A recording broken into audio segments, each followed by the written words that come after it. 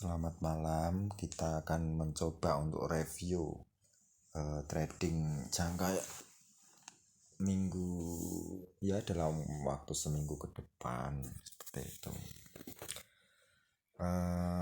Kita menjelang closing monthly ya.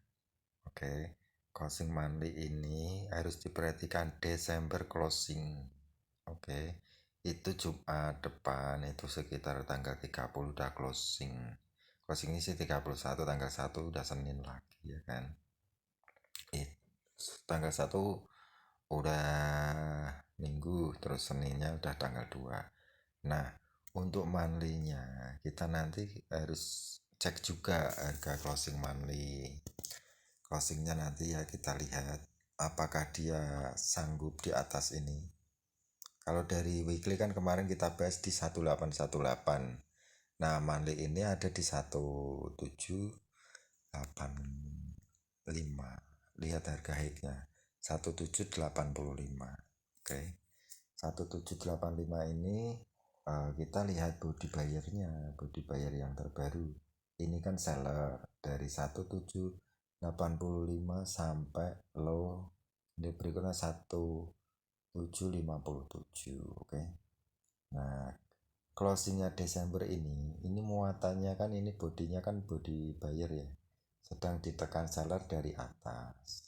Nah, ini seller menekan dari atas itu untuk mempertahankan bahwa harga 1785 ini ditahan seperti itu. Oke.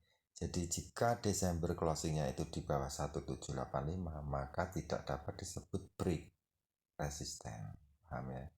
Nah, karena waktunya itu 1 minggu, bisa saja kan nanti kan turun sampai resisten yang ini.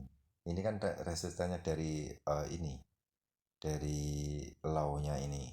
Dia naik, nih closingnya November, break. Nah, makanya hingga berlanjut ke resisten 1785. Nah, ini belum bisa dikatakan break meskipun harganya naik melebihi hingga 1822. 1824 ini belum dikatakan break 1785 karena finally waktu yang dibutuhkan itu untuk konfirmasi 1 bulan penuh, karena ini juga 1 bulan. Oke. Nah, jadi transaksi yang masuk itu belum total. Jadi selama 1 bulan ini banyak buyer atau seller seperti itu dihitung 1 bulan penuh. Nah, harga closingnya itu nanti baru bisa kita bandingkan ke resistennya 1785. Apakah closingnya break, apakah gagal break seperti itu. Nah, harapan saya gagal break. Jadi closing Desember saya harapkan bisa di bawah 1785. Syukur-syukur bisa di bawahnya low ini. Jadi benar-benar ditolak oleh resisten ini. Seperti itu.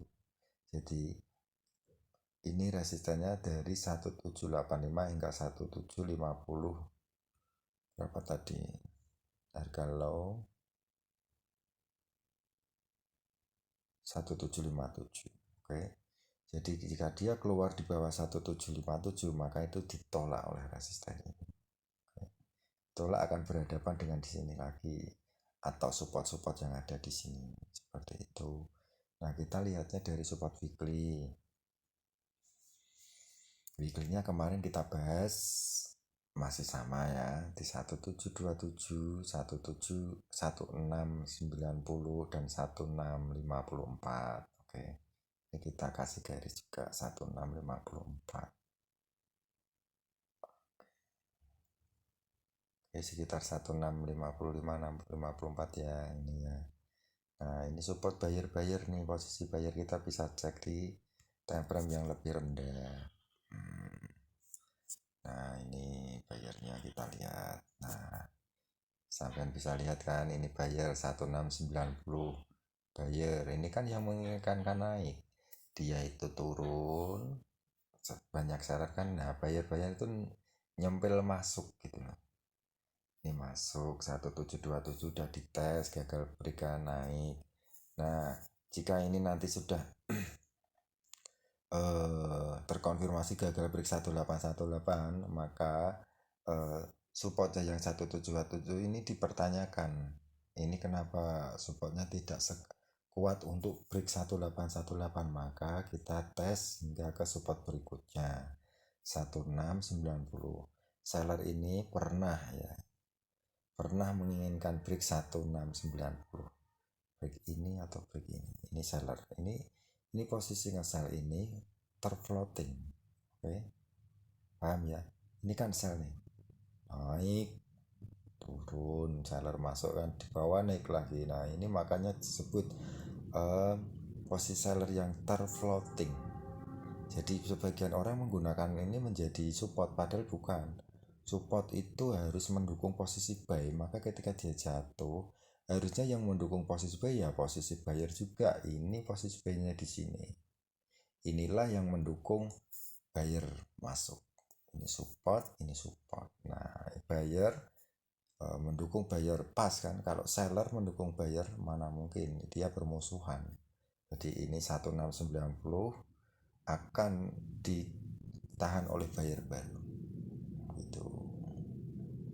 Ya, jika dia jatuh ke sini ini akan terbentur 1690, ini akan sulit untuk trending, jadi kayak tertahan gitu. Nah kalau misalnya ini break oleh ini kan weekly D1, nah dia masih bisa turun lagi, tapi itu sebatas ketamakan karena closingnya yang dibutuhkan untuk menguji 1690 adalah weekly, bukan daily. Jadi satu ekor ketemu satu body, nah itu kan bisa saling pukul gitu. Kalau ini kan beberapa candlestick nih, jadi kalau yang ngebreak satu candlestick saja karena itu wave besar kan yang berposisi di sini, ini rawan untuk di rejection. Jadi ngebreak D1 hari berikutnya atau 3 hari berikutnya di bawah naik masuk lagi, nah ini berarti kan rejection atau dirusak gitu. Sinyal break menjadi rusak gitu. Jadi harga terbaik untuk ngebuy ada di support sini untuk melanjutkan kenaikannya, seperti itu ya. Untuk jangka seminggu atau beberapa hari ke depan kita akan menghadapi ini seller di sini ya. Ini kan naik. Nah, ini akan seller akan berhadapan dengan buyer ini 1754 1747. Ini buyer juga kita lihat dah di 4 sama tekniknya, cuma kita juga harus melihat weekly dan monthly karena kita tradingnya menjelang closing monthly dan weekly monthly bertemu closingnya gitu. Jadi jangan abaikan time frame besar karena Desember ini mau dibawa closing ke berapa gitu. Weekly itu kita ketemu setiap 5 hari sekali, itu setiap hari Jumat, itu mau dibawa ngebreak berapa gitu loh. Nah itu makanya time frame weekly juga harus dilihat agar kita itu tidak terseret gitu, tidak buta pasar. Oh ini akan menguji weekly yang ini gitu. Jadi ancang-ancangnya untuk harian itu bisa ancang-ancang gitu. Nah pertama dalam minggu ini kita kemungkinan akan menguji 1754. Oke. Nah ini dari sisi support. Kalau dari resistennya di sini, resisten yang terbentuk baru dari high ke low. Ini posisi seller, kita cek di H1. Oke, nah ini seller kelihatan. Ini sebagai resistennya intraday H1 ya kan. Tadi lihatnya di H4. Kalau H1 menjadi wave berarti R-nya dari H4 1809. Nah itu menjadi resisten. Kita kasih warna hijau untuk H4 biar kita mudah. Ini miliknya SNR daily, weekly atau monthly, itu harus di beda-bedakan warnanya.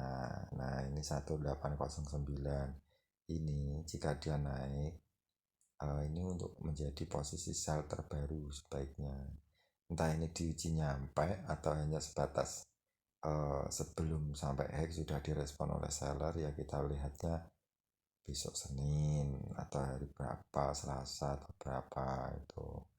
Nah, berarti range pendeknya menjadi 1809 ke 1754 itu.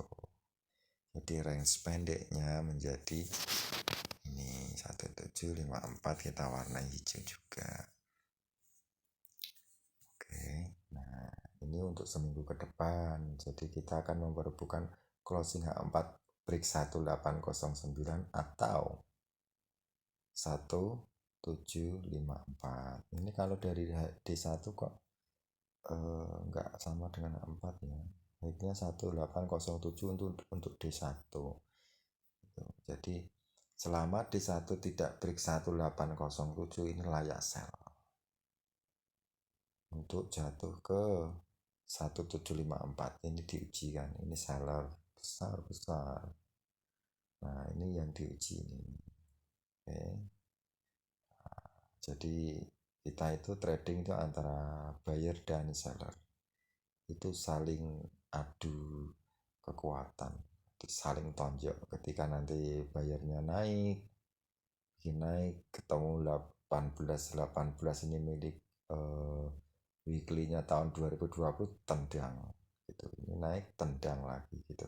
Nah ini jika naik ketemu di sini nanti tendang lagi jatuh. Nah pertahanannya dari buyer ini responnya bagaimana nanti. Kalau ini break, closing break, berarti kan buyer kalah nih, akan berlanjut ke support berikutnya. Ini ada buyer juga tuh. Walaupun ada perlawanan juga masih ada seller di sini. Nah ini menjadi, kalau sekarang kan belum jadi resisten nih, ini masih posisi terfloating, tapi ini menjadi calon resisten.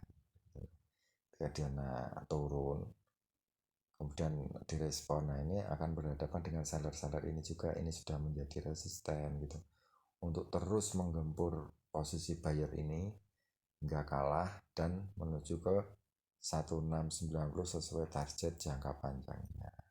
Jadi resisten dan support itu bisa menjadi kayak bola pingpong gitu. Nah, nanti sampai terkonfirmasi break untuk lanjut ke 1690, atau jika ini dipertahankan harus tes ke resisten. Retestnya itu jika dia gagal kembali di atas 1785 maka lanjut. Nah, itu ada dua konfirmasi untuk continuation atau tren berlanjut gitu. Break support atau retestnya gagal break resisten, maka dengan meyakinkannya seller akan masuk berlanjut gitu.